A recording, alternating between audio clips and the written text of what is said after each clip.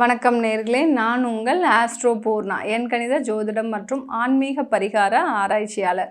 இன்றைக்கி நம்ம ரிஷபராசி அன்பர்களுக்கு குரு வக்ரகதி அடையும் போது கிடைக்கக்கூடிய மாற்றங்கள் என்னென்ன பலன்கள் கிடைக்க போகுதுன்றதை நம்ம இந்த பதிவில் தெளிவாக பார்க்கலாம். குரு பகவான் வருகின்ற அக்டோபர் மாதம் 9ஆம் தேதி காலை 11:46 மணிக்கு வக்ரகதி அடைகிறார். தன்னுடைய நிலையை இயல்பு நிலையிலிருந்து வக்ர நிலைக்கு மாற்றிக்கொள்ளக்கூடிய அந்த குரு பகவான் வருகின்ற வருடம் 2025 பிப்ரவரி மாதம் 4ஆம் தேதி மதியம் 2:30 மணி அளவில் தன்னுடைய நிலையை நிவர்த்தி அடைகிறார். வக்ர நிலையிலிருந்து நிவர்த்தி அடைந்து அந்த இயல்பு நிலைக்கு வருகிறார் குரு பகவான்.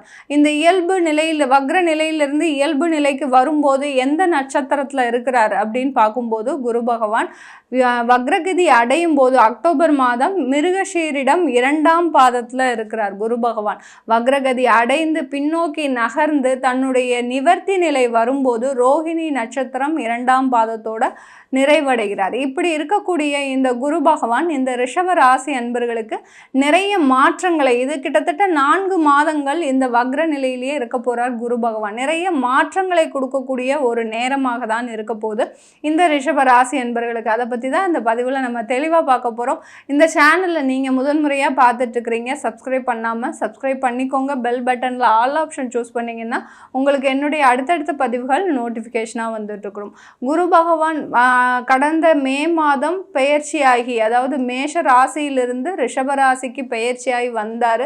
தன்னுடைய ராசிக்கே வந்திருக்கிறார். ரிஷப ராசிக்கே வரும்போது இந்த ரிஷபராசி அன்பர்கள் சில ரிஷபராசி அன்பர்கள் அதிகமான ஒரு இடமாற்றங்களை அனுபவிச்சிருக்கக்கூடிய ஒரு நேரமாக இருக்கும். மே மாதத்துக்கு முன்னாடியே, அதாவது பிப்ரவரி, மார்ச், ஏப்ரல் இந்த 3 மாதத்தில் திடீர் இடமாற்றங்கள், இடம் புரியாத, அவர்களுக்கே தெரியாது, ஒரு மணி நேரத்தில் இந்த மாதிரியான ஒரு முடிவுகள்லாம் எடுத்து தன்னுடைய இடத்தையே மாற்றக்கூடிய அளவிற்கு இந்த குரு பகவான் ரிஷபராசி அன்பர்களுக்கு நிறைய மாற்றங்களை கொடுத்துருப்பார். சில பேருக்கு தேவையில்லாத ஒரு மன உளைச்சலை கொடுத்துருப்பார். இந்த குரு பகவான் ரிஷபராசியில் பயிற்சி ஆகும்போது சில ரிஷபராசி அன்பர்களுக்கு தான் ஒரு நல்ல உயர்ந்த பதவி, புகழ் எல்லாத்தையுமே கொடுக்கக்கூடிய ஒரு நேரமாக இருந்திருக்கும். மே மாதத்திலிருந்து சில ரிஷபராசி அன்பர்களுக்கு நிறைய மன உளைச்சலுக்கு ஆளாகக்கூடிய ஒரு நேரம். யாரெல்லாம் அந்த மாதிரி மன உளைச்சலுக்கு ஆளாகிறாங்க அப்படின்னு இருக்கும்போது உங்களுக்கு ராகு திசையோ, சனி திசையோ,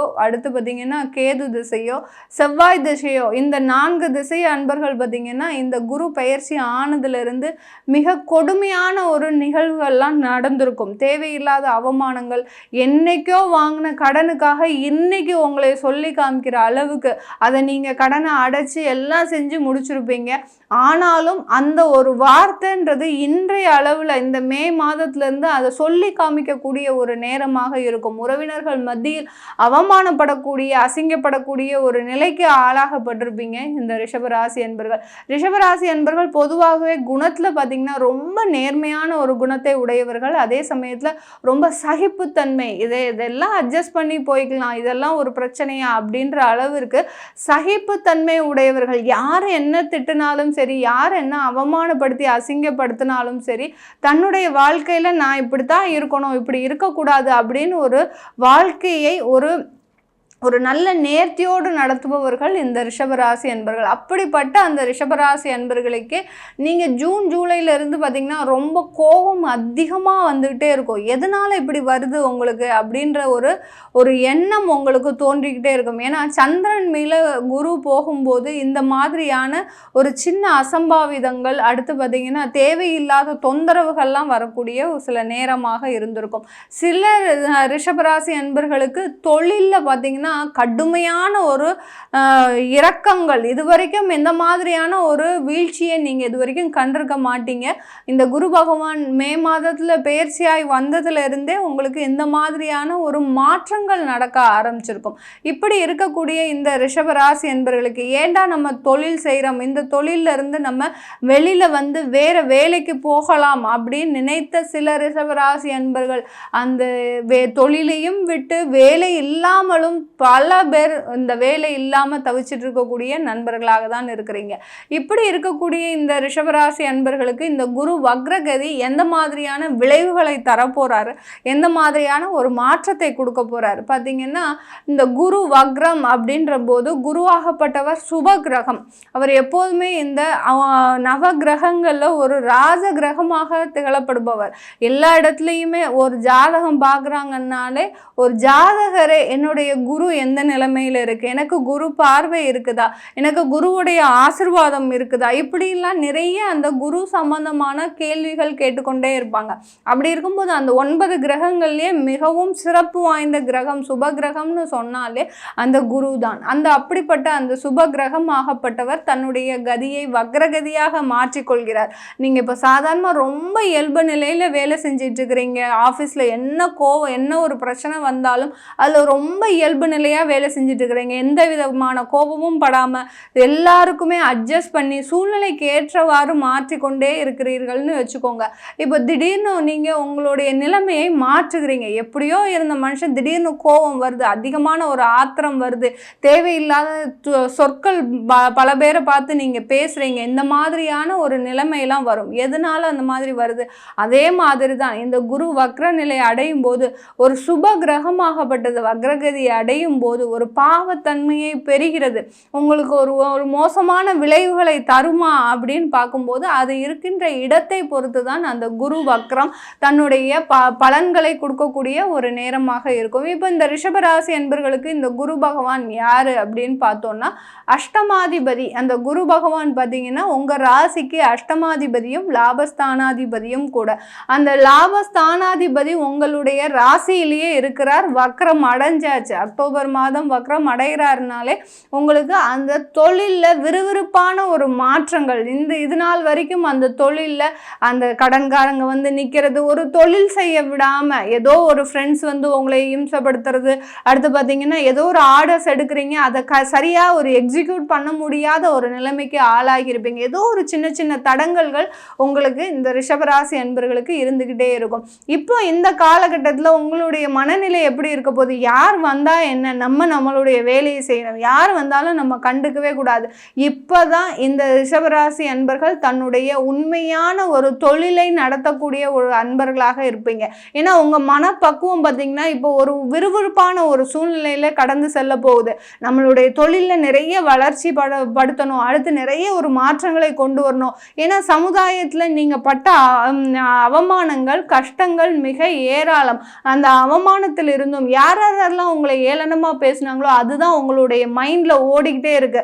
ஏன்னா ஏதாவது ஒரு வேலை செய்ய போவீங்க, ஏதோ ஒரு தொழிலாளர்கிட்ட பேச போவீங்க, அன்னைக்கு அவன் பேசினது உங்களுக்கு ஞாபகம் வரும், இல்லை உங்களுடைய உறவினர்கள் உங்களை பற்றி பேசினது உங்களுக்கு ஞாபகம் வரும். இப்படியே உங்களுடைய மனநிலையாகப்பட்டது உங்களை தொழிலை வளர்ச்சி அடைய செய்யாமல் ஒரு டிஸ்டர்பன்ஸாகவே இருந்திருக்கும். என்ன செஞ்சாலும் உங்களுக்கு அதில் ஒரு தடைகள் ஒரு தாமதங்கள் இருந்துக்கிட்டே இருக்கும். இப்படிப்பட்ட இந்த ரிஷபராசி என்பர்கள் இந்த 4 மாத காலம் அது அவர்களுடைய தொழிலினுடைய வளர்ச்சிக்காக பாடுபடக்கூடிய ஒரு நேரமாக இருந்திருக்கும். இது நீங்கள் வேலை செஞ்சுட்டு இருக்கிறீங்க அப்படின்னா, ஒரு பிரைவேட் கம்பெனியில் வேலை செய்கிறீங்க, இல்லை ஒரு அரசாங்க உத்தியோகத்தில் வேலை செய்கிறீங்கன்னா கண்டிப்பாக உங்களுடைய மனநிலை கடந்த ஒரு 6 மாதமாக எப்படி இருந்திருக்கும்? ஏதோ வேலைக்கு போகிறோம், ஏதோ சம்பாதிக்கிறோம், ஏதோ நம்மளும் பொழப்ப நடத்துகிறோம் அப்படின்ற மாதிரி தான் உங்களுக்கு இருந்திருக்கும்.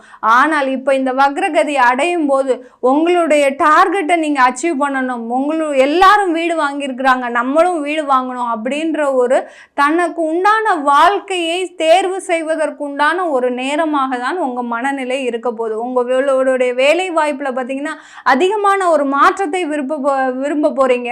இந்த வேலை இல்லைன்னா இன்னும் நிறைய வேலை கிடைக்க போகுது, அந்த வேலையை தேடி நான் என்னுடைய வாழ்க்கையை டெவலப் பண்ணிக்க போறேன் அப்படின்ற மாதிரியான உங்களுடைய வளர்ச்சியை தேடி செல்பவர்களாக தான் இந்த ரிஷபராசி என்பர்கள் இந்த வக்ரகதி அடையும் போது மிக சிறப்பான ஒரு மாற்றத்தை அனுபவிக்கக்கூடிய ஒரு நேரம். இது எல்லாமே பார்த்தீங்கன்னா உங்களுக்கு அந்த ராசியினுடைய மாற்றங்கள். ராசின்னு சொன்னோம்னாலே ரிஷப ராசி அப்படின்னு சொன்னோம்னாலே உங்களுடைய சந்திரன் அந்த ராசியில இருக்கும்போது உங்களுக்கு அந்த ரிஷப ராசி வருது. அப்போ அந்த சந்திரன் நிற்கும் போது உங்களுடைய மனப்பக்குவம் மனநிலை இப்படித்தான் இருக்கும். இந்த காலகட்டத்தில் நீங்கள் உங்களுடைய தொழிலை வளர்ச்சி அடைய செய்ய போறீங்க, உங்க வேலை வாய்ப்பை தேடி போக போறீங்க, உங்க வாழ்க்கையினுடைய வளர்ச்சியை தேடி போக போறீங்க, சொத்துக்கள் வாங்குவதில் உங்களுக்கு கான்சன்ட்ரேஷனாக இருக்க போகுது, உங்களுடைய பெற்றோர்களை காப்பாற்றுவதில் நீங்கள் ஒரு முன்னேற்பாடாக இருக்க போறீங்க. இப்படி உங்களுடைய வாழ்க்கையில் என்னென்ன அசிங்கங்கள் அவமானங்கள்லாம் பட்டீங்களோ அதை எல்லாத்தையுமே சீர் செய்வதற்கு உண்டான ஒரு நேரமாக தான் உங்களுடைய மனப்பக்குவம் இருக்க போகுது. இது ரிஷப லக்னமாக இருக்கிறேன் மேடம், நான் ரிஷப லக்னத்துக்கு எனக்கு எப்படி இருக்கும் அப்படின்னு பார்த்தீங்கன்னா, லக்னத்திலேயே குரு வக்ரம் அடைகிறார். இப்படி இருக்கும்போது உங்கள் வாழ்க்கையில் நிறைய ஒரு மாற்றங்கள், அதாவது வெளிநாடு போகிறதுக்கு உண்டான ஒரு வாய்ப்புகள் உங்களை தேடி வரப்போகுது, உங்கள் தொழில் செய்யக்கூடிய வாய்ப்புகள் உங்களை தேடி வரப்போகுது. ஏன்னா லாபஸ்தானாதிபதி உங்களுடைய லக்னத்திலேயே அந்த வக்ரம் அடைந்து இருக்கிறதுனால நீங்கள் சுயமாக ஒரு தொழில் செய்வதற்கு உண்டான ஒரு வாய்ப்புகள் உங்களை தேடி வரக்கூடிய ஒரு நேரமாக தான் இருக்க போது இந்த ரிஷப லக்ன அன்பர்களுக்கு. ரிஷப ராசியில் இருக்கக்கூடிய பெண்கள் எப்படி இருக்க போறாங்க அப்படின்னு பார்த்தோம்னா, நிறைய வியாதிகளினுடைய தீவிரம் கடந்த ஒரு 6 மாதமாக இருந்திருக்கும். பெண்களுக்கு அதிகமான ஒரு கர்ப்பப்பை பிரச்சனை, அடுத்து சின்ன சின்ன வயிறு வலி பிரச்சனை எல்லாம் பார்த்தீங்கன்னா பெரிய அளவில் ரூபம் எடுத்து தேவையில்லாத மருத்துவ செலவுகள், விரைய செலவுகள், இந்த மாதிரியான கையில் பணமே நிற்காத அளவிற்கு பெண்கள் நீங்கள் நிறைய அவஸ்தைப்பட்டிருப்பீங்க. அதிலிருந்தெல்லாம் நிவர்த்தி அடையக்கூடிய ஒரு நேரம், நல்ல மருத்துவ ஆலோசனை கிடைக்கக்கூடிய ஒரு நேரமாகவும், சில ரிஷபராசி பெண்களுக்கு நீங்கள் சுயமாக தொழில் தொடங்குவதற்கு உண்டான ஒரு நேரமாகவும், சில பேர் பார்த்தீங்கன்னா நிறைய படிச்சிருப்பீங்க. ரிஷபராசி பெண்கள் பார்த்தீங்கன்னா பெரிய பெரிய அளவில் படிப்புலாம் படிச்சிருப்பீங்க. ஆனாலும் உங்களுடைய திறமை வெளிக்காட்ட முடியாத ஒரு வாழ்க்கை சூழ்நிலையில் மாட்டிக்கொண்டு இருக்கக்கூடிய ஒரு நபராக தான் இருப்பீங்க.